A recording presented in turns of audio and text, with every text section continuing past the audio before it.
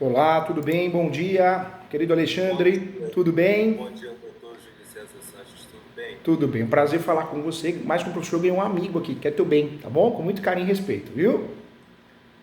Muito obrigado. Você tá bem de Assim seja. saúde, que é o principal, Estou família? bem, tudo caminhando, Porque o graças resto a a gente Deus. resolve, né? Agora a questão de saúde já é mais complicado. Então a gente precisa estar pensando, ser positivo, grato ao que a gente tem de saúde, isso é importante, né?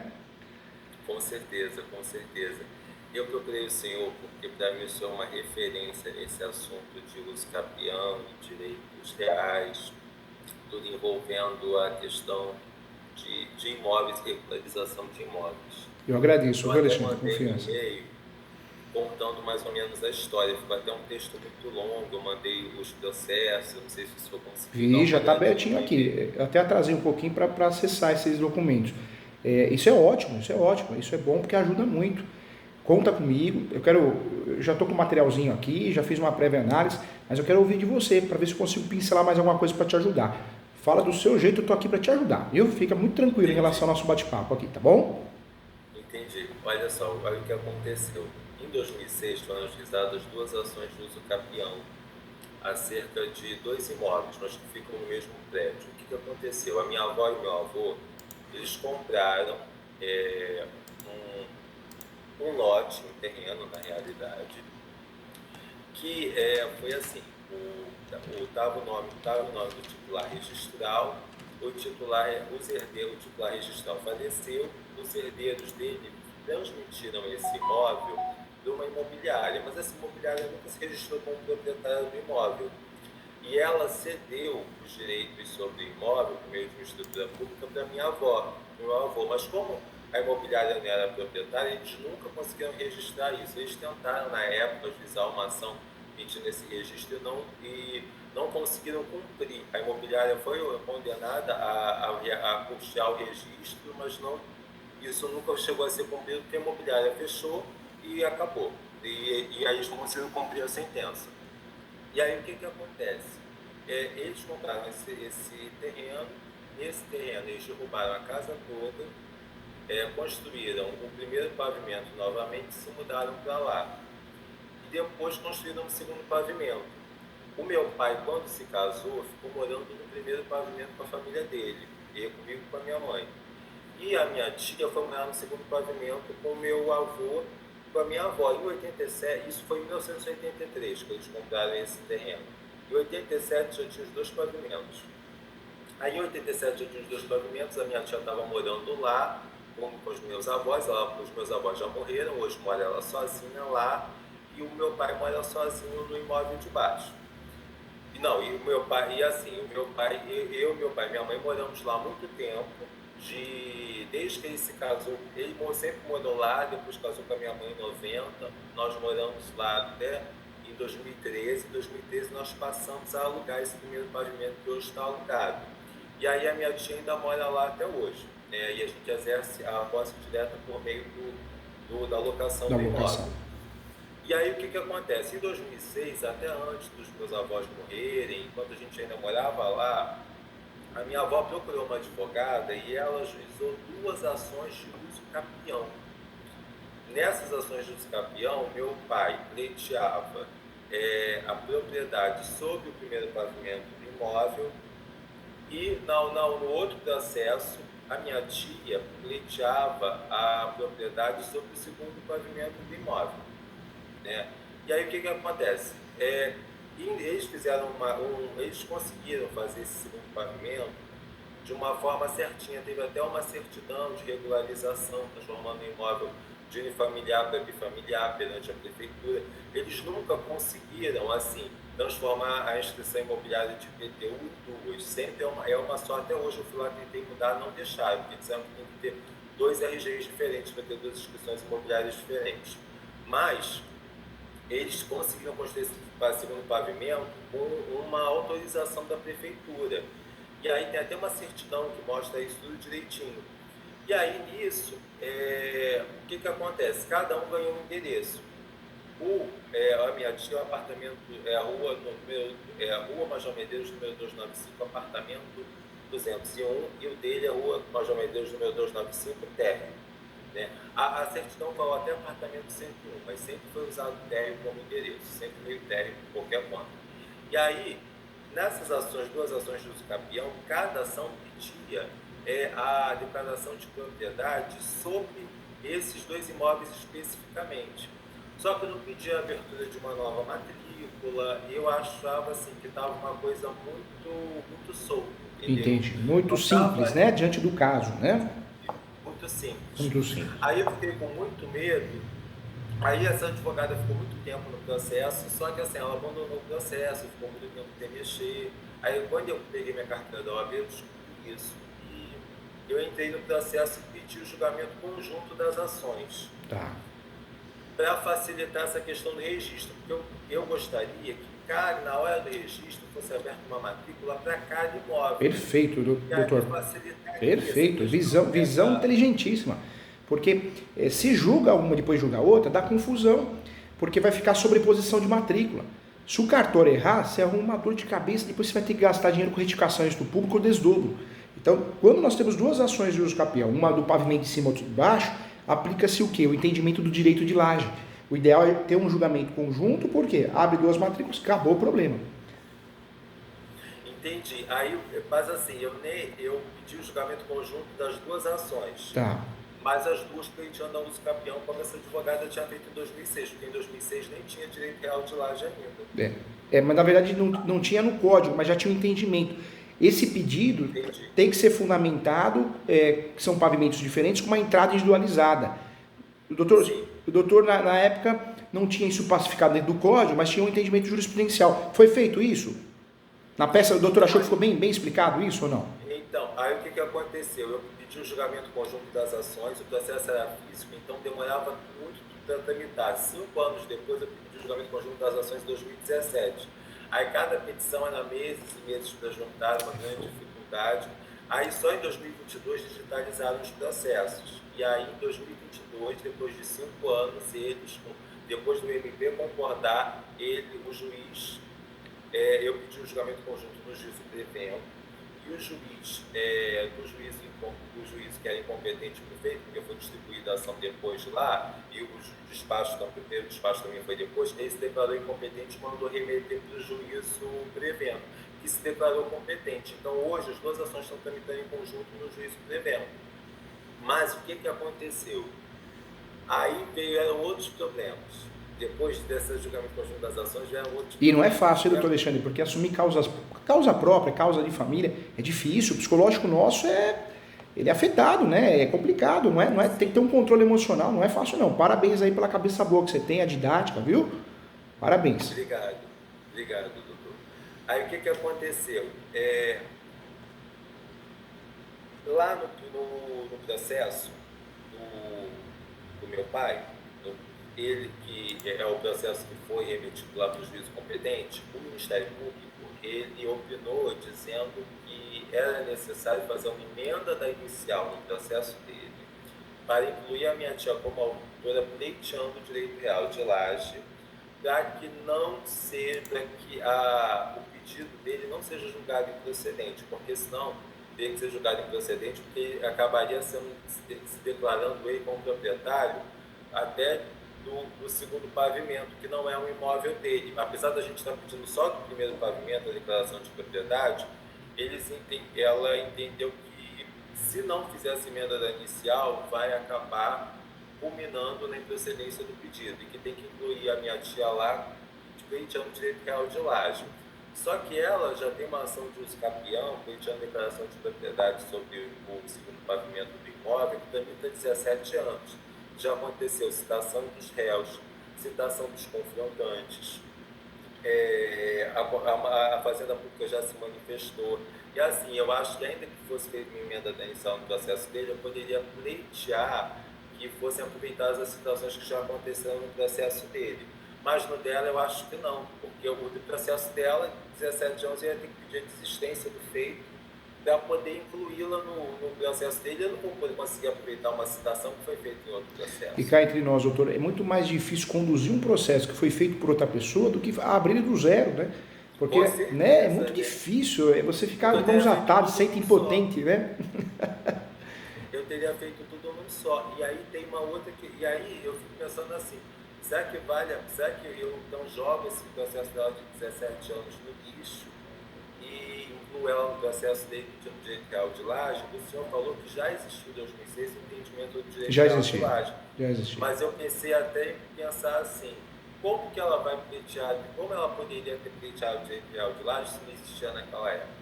Será que não tinha, será que uma pessoa que morasse no segundo andar da casa de alguém não poderia pleitear o uso capião de propriedade? Hoje as duas ações de uso capião, elas estão em qual momento processual, doutor? Já foi a citação, imagino que já está entrando na perícia já, né? Olha o que aconteceu. Eu vou chegar nesse ponto. As ações estão distribuídas.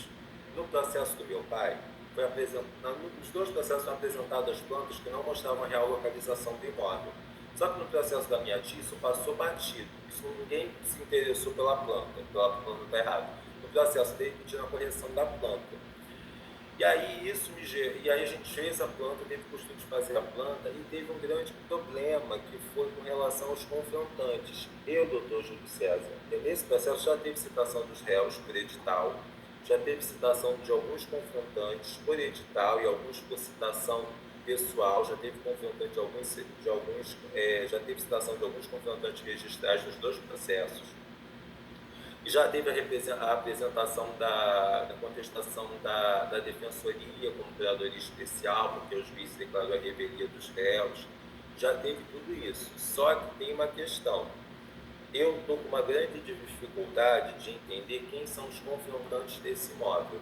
Porque, assim, ainda que o juiz declare, né, a uso campeão, a propriedade vai ter que ser registrado lá no RGI. O RGI, se achar alguma inconsistência, ele vai negar o registro, e para a gente não adiantou nada dessa ação, né, essas ações.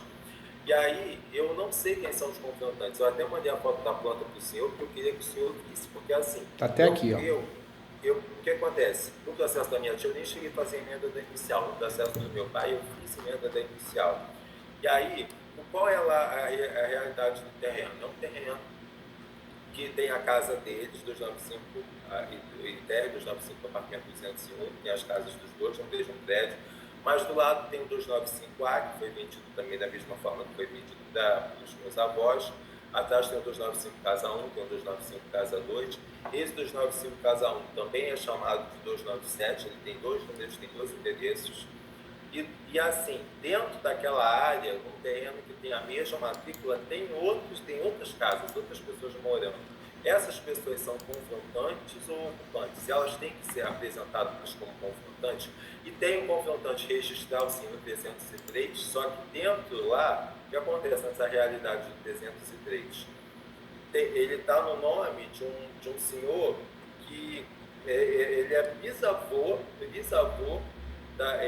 da pessoa que vive hoje lá. E aí, hoje lá, tem um hortifruti na frente que é alugado por uma pessoa, e tem outras duas pessoas que moram em duas casas, no 303 tem 303 fundos, que eu não sei nem se tem relação com essa família, mas até há pouco tempo vivia lá a neta do cara que é, de fato, o titular registral daquele imóvel.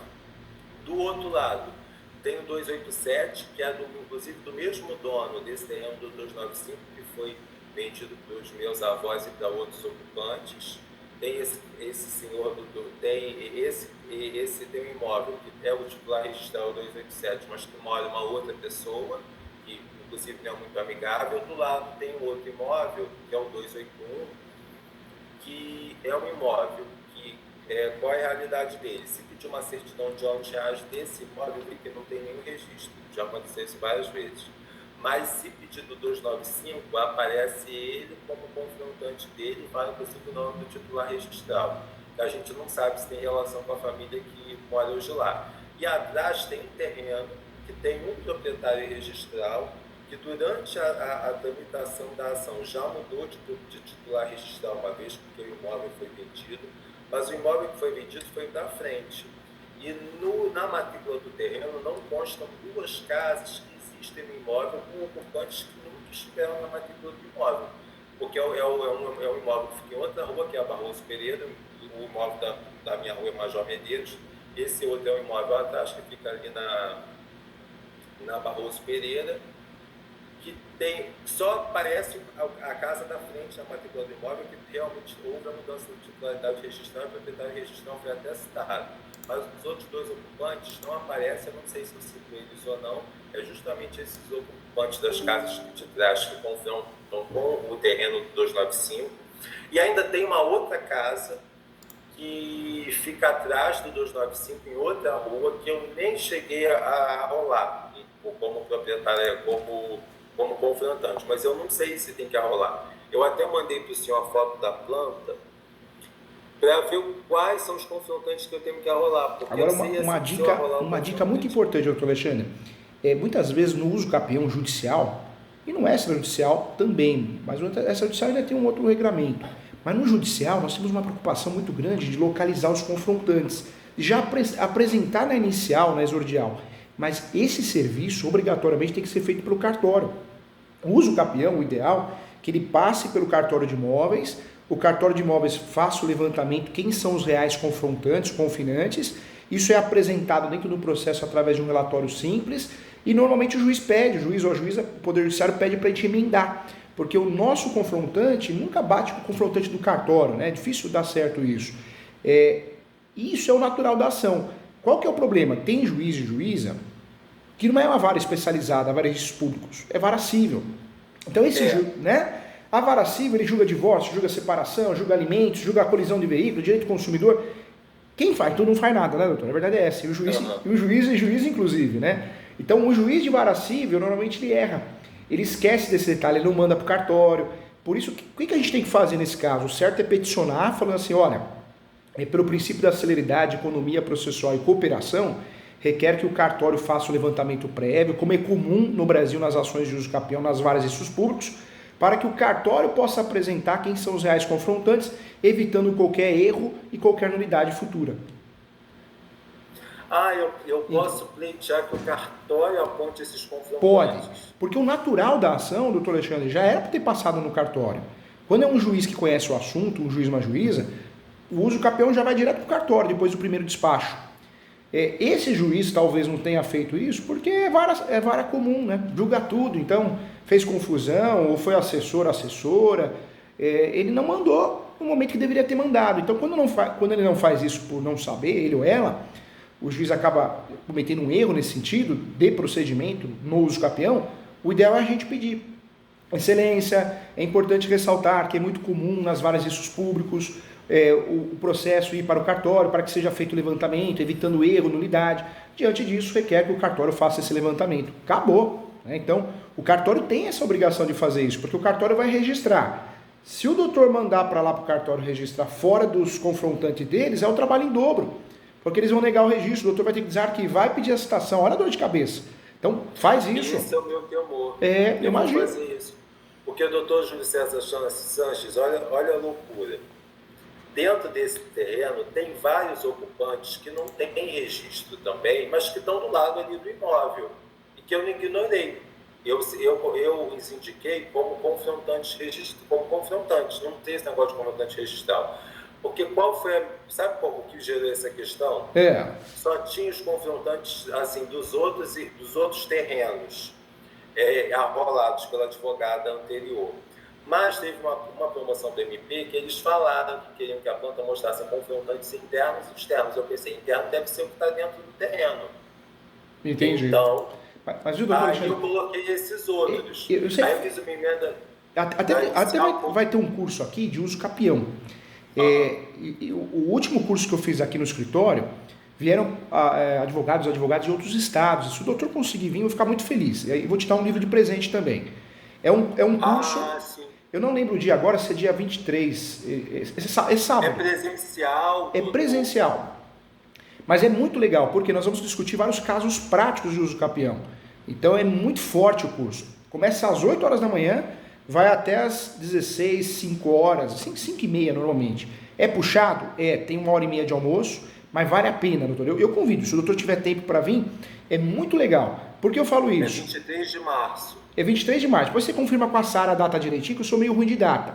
Mas por que eu falo isso? Porque uso capião a gente enrosca. Nesse caso, Quem que enroscou? Foi o próprio juiz que não mandou para o lugar certo, que era o cartório, né? O juiz ele acabou errando. A advogada nem pleiteou isso, porque eu acho também que ela não é especializada. Então ela colocou só aqueles confrontantes que apareciam na matrícula do imóvel. Só que aparentemente o imóvel pode ter outros confrontantes que não estão lá. Aí eu não sei quem eu vou arrolar. E aí eu consegui até com 2 pessoas que moravam naquele terreno uma declaração, porque como é muito difícil conseguir citar essas pessoas em casa, eu pedi uma declaração delas falando que eles não se opõem à declaração de propriedade do meu pai, da minha tia. Eu até juntei no processo e pedi para que suprisse a citação deles. Só que eu não sei se de fato o juiz vai deferir isso, né? O senhor acha que supre uma declaração assim? Não supre. O próprio ocupante afirma, não supre. Não supre. Eu sei que a ideia é aplicar o princípio da celeridade processual, a gente ganhar tempo, mas o judiciário tem um entendimento hoje que a citação, principalmente no uso capião judicial, ela é obrigatória sob pena de nulidade. Por isso, o que eu faria, doutor? Com muito carinho. Eu faria uma petição nas 2 ações. Eu faria uma petição informando que o uso capião passou por mudanças doutrinárias, jurisprudenciais, que o uso capião cumpre a função social da propriedade, que é importante lembrar da súmula 237 Supremo. O que eu iria fazer? Eu iria consertar a peça que foi feita lá no passado, frágil, fraca, entendeu, doutor? Entendi. Depois que eu abordasse algumas questões que eu quisesse, para dar mais respaldo a esse uso capião, aí eu faria o quê? Eu faria o pedido que o processo fosse enviado ao cartório e o cartório fizesse esse levantamento. E informar que isso é comum nas várias públicos, que o cartório tem essa função. Porque pega um juiz, uma juíza cabeçudo, né? Que não é difícil encontrar, tem muita gente boa, mas tem muita gente incompetente. O que esse juiz vai fazer? Esse juiz, essa juíza vai falar, não, isso é obrigação sua, apresente na topografia. Não, e é natural no uso capião. Quem que apresenta os confrontantes? O cartório. Porque o cartório vai ser obrigado a fazer isso lá na frente. Então ele vai antecipar um pouquinho, como ele antecipa qualquer uso capião, para ajudar todo mundo, né? O judiciário não pode esquecer que é cooperação, né? O senhor acha que cabe desistir do processo da minha tia e emendar a inicial do processo do meu pai para incluí-la no processo dele? Porque o que acontece? Quando a MP fez essa promoção, eu até achei assim menos mal. Porque o meu pai e a minha tia conseguiram gratuidade de custos na época. Mas hoje o meu pai talvez não conseguisse a gratuidade de custos. Só a minha tia conseguiria. Então, para incluir a minha tia no processo dele, é mais tranquilo da gente, entendeu? Do que incluir ele no processo dela, porque ele teria muitas custas para pagar. Entendi. Então, assim, e aí eu pensei assim, nesse quadro, nessa situação, eu poderia até incluí-la no processo dele, mas aí eu vou desistir do processo dela depois de 17 anos. Você sabe que tem 2 posições que eu tenho, né? Tem gente que fala, vou comprar uma posse que tem uso capião no nome de alguém. Poxa, não faz isso. Quando você vai comprar a posse, faz uso capião no teu nome, para você não correr risco, e faz um contrato de cessão de direitos possessórios com uma cláusula de soma de posse. Então eu sou muito contrário a essa informação, vou fazer uso capião no nome do outro, porque o outro tinha posse e eu tenho... Dá confusão. Em relação ao uso capião, quando ele é muito mal feito, eu prefiro realmente desistir da ação e propor uma outra ação. Eu só não faço isso se ele está no finalzinho. O problema é que o uso capião está no final, porque ele está na fase de citação, né? Está na fase de citação, o problema é que o juiz me parece que não tem experiência no assunto, a advogada na época não tinha experiência no assunto, então enroscou por bobagem, enroscou porque ninguém falou a palavra mágica, olha, levar ao cartório, o cartório vai fazer esse levantamento. Essa é a realidade. E doutor, está muito no finalzinho esse processo, eu faria o quê? Eu faria essa petição para tentar ajustar, pôr o juiz na casinha dele, né? Eu faria uma petição informando a súmula 237, eu ia consertar o que não tem lá. Ia falar da súmula 237, que o uso capião poderá ser arguido de matéria de defesa, que a posse é um direito sui generis, autônomo. Toda essa fundamentação nova, atual, atualizada, que a advogada na época não usou, eu trabalharia nessa peça. Mas no finalzinho eu faria o pedido. Eu falaria que conforme jurisprudência pacificada, as várias registros públicos, o processo de uso capião sempre é feito um levantamento no cartório, para facilitar a vida do próprio cartório. Isso se chama cooperação. Eu faria isso para consertar. Se resolver, ótimo, legal. Se não resolver, porque o juiz não entendeu, fez confusão, poderia até tentar despachar com ele ou ela, né? Se não resolver, aí talvez poderia sim pedir a desistência. Mas eu vou pedir a desistência, eu perdi todo esse tempo. Não. O processo hoje é digital. Tem uso campeão, tem julgamento aí de 1 ano e meio, 2 anos. Então, deixou de ser uma ação demorada. Quem fala que o uso campeão é demorado é porque não está acostumado, né? Então, daria para fazer, viu, doutor? Daria para fazer, mas eu tentaria primeiro essa peça, para ver se a gente consegue reorientar o juiz, entendeu?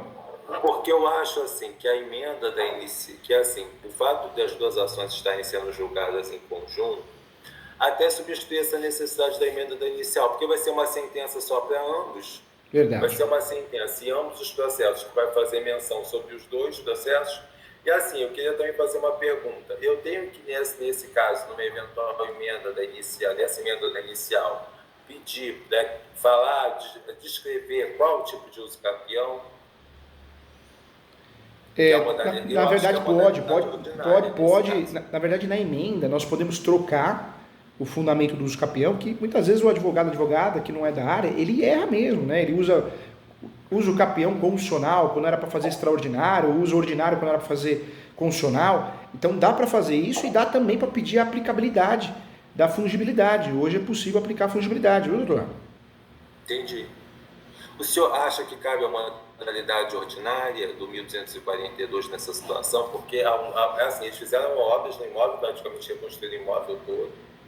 Tem o título, né, que é a escritura, tem posse mansa e pacífica, já estão ali, né, desde 83. Dá sim, daria para pedir a conversão desse uso campeão realmente no extraordinária, e caso não seja o entendimento de Vossa Excelência, que seja aplicada a fungibilidade. Então daria para fazer esse pedido sim. Porque assim, a advogada nem colocou o tipo de uso campeão, mas eu creio que é a modalidade ordinária, né, Você vê o que é o não saber fazer, né? Eu fico doido com isso. Eu corrijo muita peça de uso campeão, ação de uso campeão, tá, mas qual uso campeão? Do Código Civil, da Constituição? Como a gente percebe que tem muita gente não preparada, né, doutor? E cobra por isso, e cobra caro, né? Não cobra pouco, não. Exatamente. Eu até tenho uma outra pergunta também para trazer para o senhor. Inclusive nessa peça, doutor, faz a menção do RESP 16.31.859, que é o RESP que declarou que o herdeiro pode pleitear uso campeão extraordinária de imóvel objeto de herança. Porque se o juiz... RESP 16.31.859. Porque pega um juiz que faz uma confusão, ele vai falar ainda que é a causa impeditiva. Nós sabemos que se um juiz ou uma juíza quer procurar pelo imóvel, ele vai encontrar. Então é melhor fazer isso, né? Sim. Eu também quero trazer uma outra coisa para o senhor, é o seguinte, tirar uma dúvida sobre esse rito da ação de uso campeão. O rito da ação de uso campeão estava todo escrito lá com procedimento especial no CPC de 73. Aí veio o novo CPC de 2015 e deixou de ser um procedimento especial e passou a se tornar um procedimento comum. Pelo que eu vi até, acho que é o artigo 1046 do novo CPC, essa ação, por ter sido movida pelo CPC, na vigência do CPC antigo, quando era procedimento especial, todo o procedimento dela é orientado pelas disposições do CPC de 73 ainda, porque foi movido na vigência desse CPC.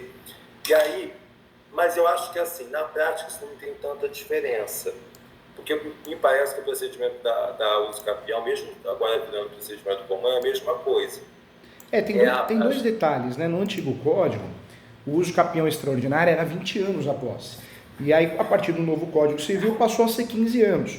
Só que, por outro lado, também em 2018 foi criada a tese da posse complementar. Então, hoje, quem ingressa com a ação de uso campeão, aquele lapso temporal que tinha que ser fechado, né? Eu ingressava com a ação de uso campeão já com a posse, de 5 anos, 10 anos, 15 anos, hoje não é necessário, porque eu posso complementar, suplementar essa posse no decorrer do processo. Então, mesmo que o juiz ou a juíza tenha um entendimento diferente, você está salvo por isso, né? Então, por isso você poderia, nessa peça que o doutor for fazer, poderia também mencionar a posse complementar ou suplementar. O doutor tem o meu livro, Direito Imobiliário de AZ? Não tem. Não tem? E o livro Uso Campeão, tem? O meu livro? Não tem. Também não tem. O doutor pode mencionar, pode falar, o professor Júlio César Sanches menciona em seu livro Uso Campeão a posse complementar, que é a posse no decorrer do processo. Você pode usar porque está muito claro lá no meu livro e é uma forma de te ajudar também. Por que é a posse complementar ou suplementar? É a posse no decorrer do processo, você não perde ela, né? Você, na verdade, consegue aproveitar essa posse. Essa posse, ela ocorreu a partir de um julgado que mudou, né, a história, porque, poxa, a gente tinha que ter 10 anos, 15 anos para fazer uso capião. Hoje não, você pode ter um período bem menor, se a ação demorar 5 anos vai ser computado, vai ser somado. Ou seja, o prazo para uso capião pode ser completado no decorrer do processo judicial. Isso é magnífico, né? Anota o RESP, doutor, é o 1361 226. 226. Mas, doutor Júlio César, o rito da ação de uso capião é a apresentação da inicial com a planta. Essa planta, eu acredito que se a parte não tiver condições, eu posso até pedir que um perito faça, em razão da gratuidade de justiça, não é? Isso. E aí eu vou apresentar com a planta, pediria para que o RGI aferisse quem são os confrontantes, aí o RGI aferindo os confrontantes, pedir a citação dos confrontantes, dos réus, dos terceiros interessados, confrontantes, réus, terceiros interessados, e a manifestação das fazendas públicas. Depois de tudo isso, está pronto a sentença.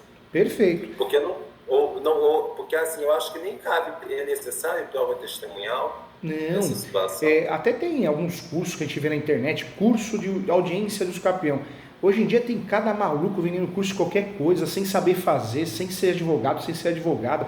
O sujeito é lá do cartório, ele quer ensinar você a ganhar dinheiro no direito imobiliário. O mundo está muito louco, né? Assim, está sem sentido, as pessoas perderam a noção.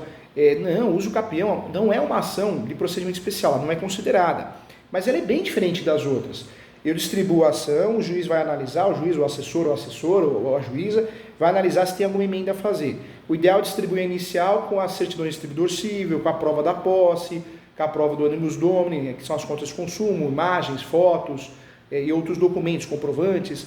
Distribuir a ação, se o juiz ou a juíza entender que tem que emendar, emenda. Depois, qual que é o curso do processo natural? O cartório. O cartório vai fazer o levantamento dos confrontantes, para ver se você mencionou na inicial se está certo, se está errado, vai pedir para emendar.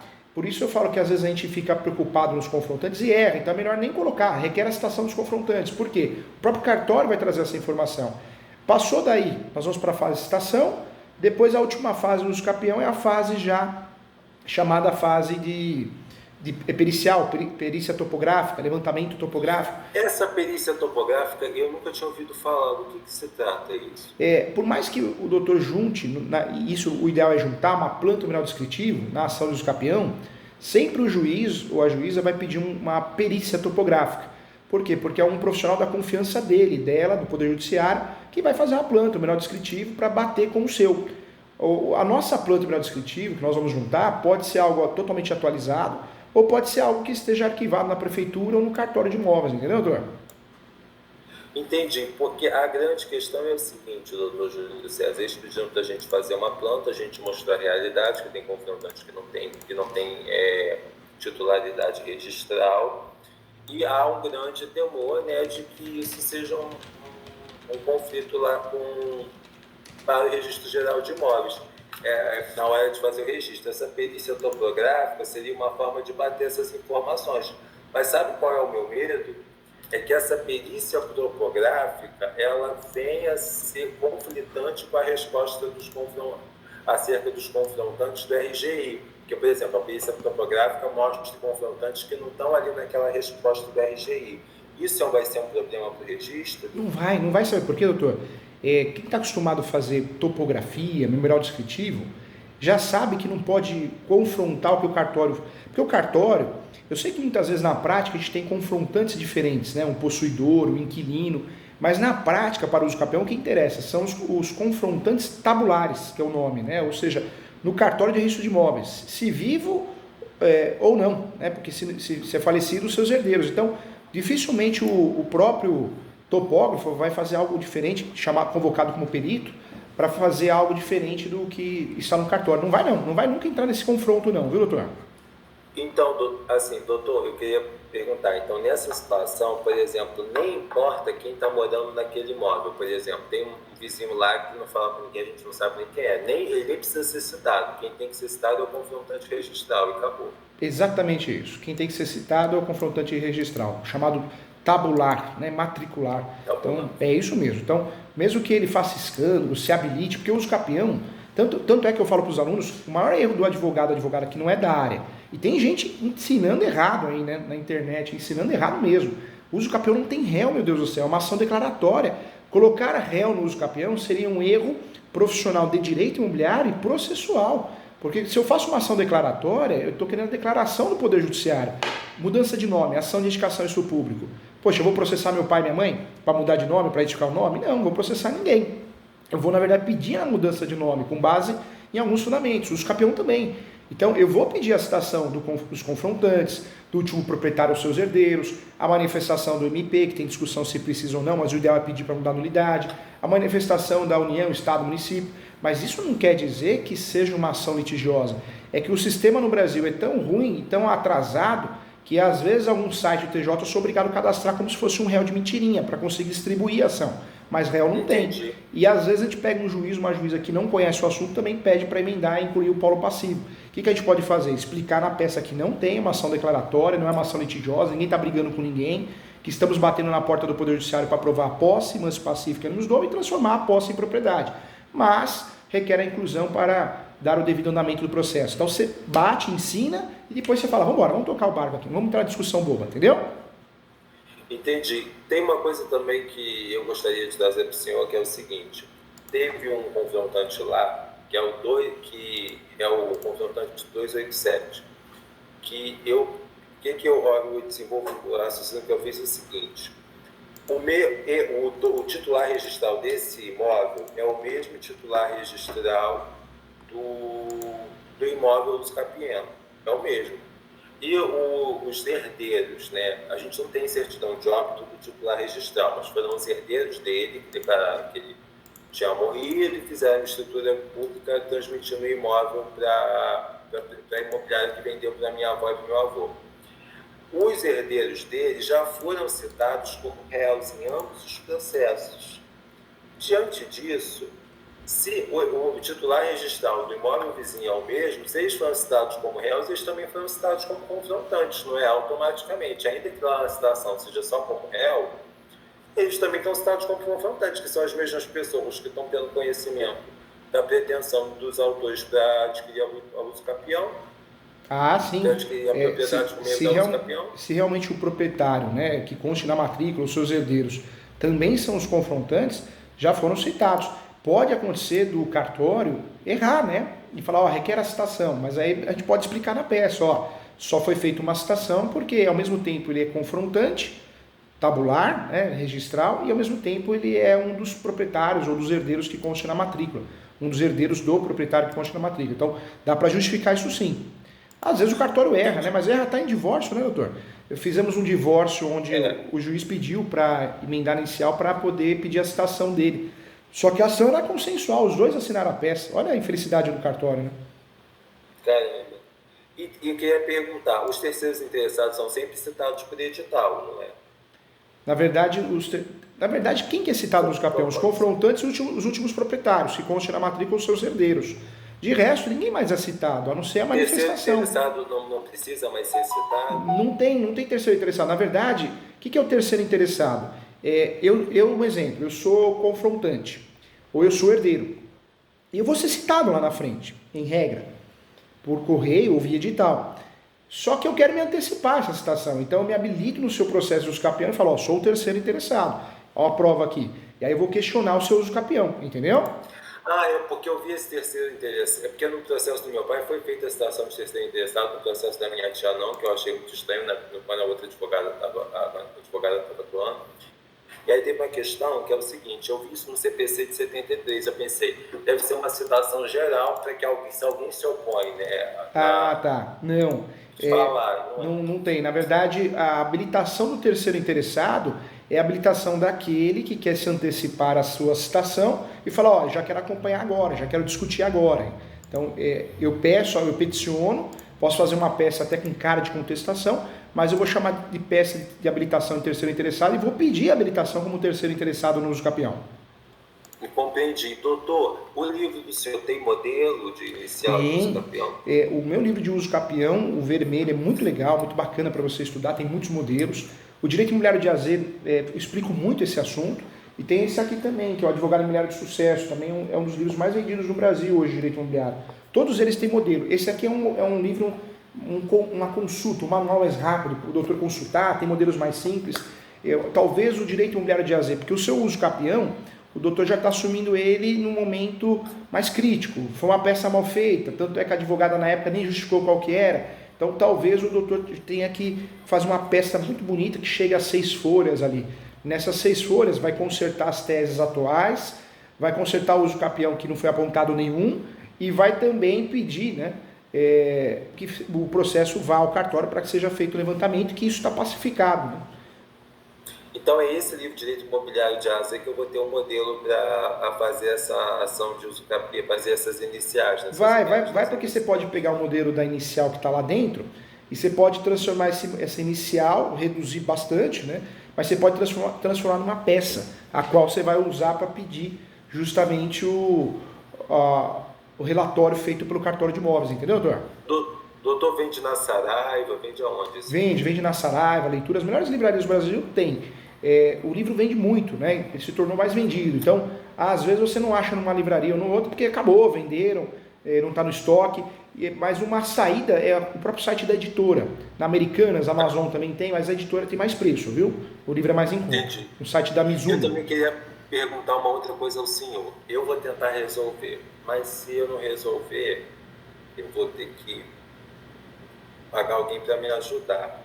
Vocês, quanto vocês cobrariam para fazer essa peça? Se fosse o caso assim, de fazer Entendi. a peça? O escritório atua no Brasil todo, eu atuo no Brasil todo como professor advogado e também ajudo muitos colegas como mentor.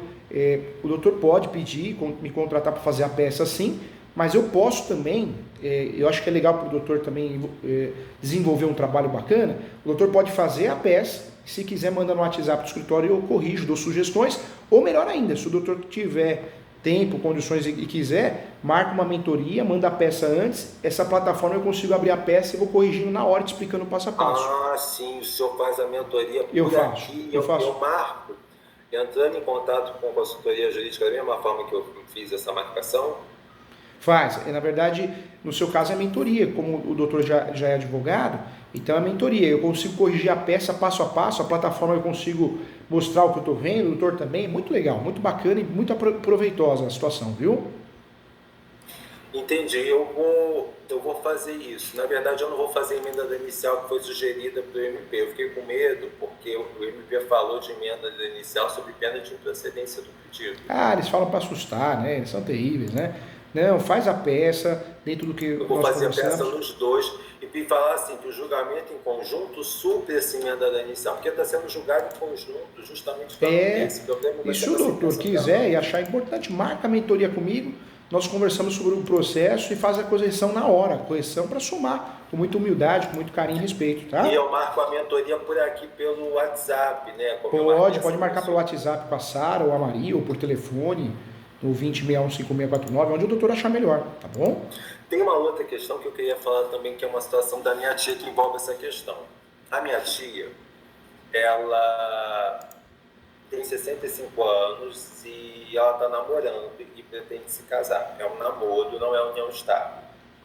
Mas o senhor sabe que essa situação do namoro e da união estável muitas vezes se confunde, não precisa morar junto para ter união estável e assim. Ela provavelmente vai se casar na comunhão parcial de bens. Ou vai ter união estável, se for na comunhão parcial de bens, vai ter o pacto antinupcial. E aí o que acontece? Ela quer deixar a casa dela para mim e para o meu primo, que são os 2 sobrinhos que ela tem, porque ela não tem filhos. Entretanto, se ela está no regime da comunhão parcial de bens, né, e adquirir essa casa por meio de uma uso capião, eu creio que o marido ou companheiro vai adquirir também como fato eventual. Eu creio que eles vão adquirir como se fosse um fato eventual. Assim, não é algo que ela está adquirindo onerosamente, né, mas aconteceu, também não é algo que ela assim, já tinha antes, ela adquiriu a propriedade por fato eventual, apesar de ela já ter a posse. E aí ele passa a ter direito real de habitação, né? E ainda que ela faça um testamento, deixar 50% para mim e para o meu primo, ele também seria herdeiro, né? Porque ele como companheiro cônjuge, é herdeiro necessário. E ela queria deixar só para a gente isso. Então eu fico pensando... E o doutor sabe me dizer, o imóvel está regularizado? Está no nome dela no cartório de imóveis? O imóvel não está regularizado, porque é esse imóvel que ela pleiteia uso capião. Ah, entendi. E porque se tivesse regularizado, enquanto ela está namorando, o que ela faria? Ela faria uma doação para mim e para o meu primo, né? Eu penso assim, com usufruto para ela. E aí, quando ela morresse, o marido dela não teria nem o direito real de habitação e nem teria o direito como herdeiro, porque não é dele, né? E assim, ele tem uma casa, mas essa casa não está registrada no nome dele. Então é como se ele não tivesse casa nenhuma. Então ele vai ter o direito real de habitação. Sabe o que é mais fácil fazer, doutor? Tem uma orientação importante. Quando o imóvel está regular, aí tem que fazer a doação mesmo, respeitar o artigo 108, faz por escritura pública, anuência de outras pessoas se tiverem, faz uma doação, respeitando lá os herdeiros necessários, que no caso não tem. Como não está regularizado esse imóvel, é mais fácil, mais barato, mais em conta, menos oneroso, ela fazer uma cessão de direitos possessórios não onerosa para o doutor. Ah, sim, entendi. Nesse caso, então, eu passaria a ser a parte da ação de uso capião? Você poderia, se ela fizer uma cessão de direitos possessórios não onerosa, o que o doutor pode fazer? Você pode se habilitar no processo como terceiro interessado para acompanhar até o final. E depois daquela petição que nós conversamos, se a gente perceber que o processo continua enroscado, enrolado, o que o doutor pode fazer? Pede a extinção do processo e ingressa o doutor com a ação, só que usando a tese da soma da posse, entendeu? Porque, entendi. Porque nesse contrato... Na verdade, eu poderia até fazer uma emenda da inicial no processo do meu pai, em que eu estaria me colocando como parte, por causa dessa cessão dos direitos processórios, e pediria a extinção da ação dela. Porque você poderia pedir a habilitação no processo para acompanhar até o final. Isso é interessante porque você acompanha até o final, sai publicação, tudo. Só que o problema disso é que se ela ganhar uso capião, vai ser o nome dela, então vai ter um gasto, porque ela vai ter que transferir para você. Você vai ter um gasto. Diante do que você está me falando que ela já tem essa vontade, é mais fácil fazer o quê? Uma cessão de direitos possessórios e afins, não onerosa, e aí o doutor, se o doutor quiser, se a gente vê que o uso capião continua enroscado após a petição, faz o pedido de extinção desse uso capião e depois ingressa com uma ação no seu nome, usando a tese da soma da posse, entendeu? Entendi. Aí deixa eu até falar uma coisa para o senhor. Nessa situação, nesse caso, eu posso pleitear o uso capião nessa situação do direito real de laje, mesmo não morando lá e ela continuando morando lá? Pode. Porque assim, ela não vai estar cedendo, ela vai estar cedendo esse direito para mim, mas ela que vai estar morando lá. Pode. E ela vai continuar morando lá até o fim da vida. É que, infelizmente, na graduação nós aprendemos muito mal o uso capião, né? Você vê, na graduação, em curso preparatório para OB, quantas espécies de uso capião a gente aprende? 5? 6 no máximo? É muito pouco, né? Tem mais de 36. Na verdade, tem 43 espécies de uso capião, mas no Brasil, efetiva mesmo a ação em andamento, tem 36. Então, poxa, é uma judiação a gente aprender tão pouco de um assunto tão importante num país que tem 70% dos imóveis irregulares. Doutor, o que o ideal seria fazer aí? Ela fazer uma cessão de direitos possessórios e afins, não onerosa, e aí o doutor conseguiria distribuir uma ação de uso capião com base nessa cessão que tem uma cláusula lá dentro de cessão de direitos possessórios. A soma da posse ela pode ser exercida de forma originária, eu faço uso capião no meu nome com um dia de posse, com base na posse do meu pai, da minha mãe, do meu avô, da minha avó, ou ela pode ser derivada, que é através de um contrato de cessão de direitos possessórios, oneroso ou não oneroso. Aí tem que ter uma cláusula de soma de posse. A soma da posse pode ser derivada, você faz uso capião com um dia de posse, independente da posse sua se for direta, indireta ou alternada, que é aquela posse tomar conta. Então dá para fazer, viu? Entendi. Doutor, eu vou fazer o seguinte, eu vou fazer esse contrato de cessão de direitos possessórios e agendar uma mentoria com o senhor para ver se ela está certinho. Tá. Porque vai ser um instrumento particular, porque não tem nem como fazer escritura pública, porque não tem a matrícula para registrar, ela não é a titular registral para se registrar isso. Então, eu vou fazer um instrumento particular, vou fazer uma mentoria para mostrar para o senhor, vou ver se eu agendo a mentoria para mostrar para o senhor. Aí, depois disso, eu vou fazer as peças nesses 2 processos, né? Porque eu vou precisar ter feito isso previamente, ela já ter assinado, reconhecer a firma da assinatura dela, da minha. E aí, depois disso, eu vou fazer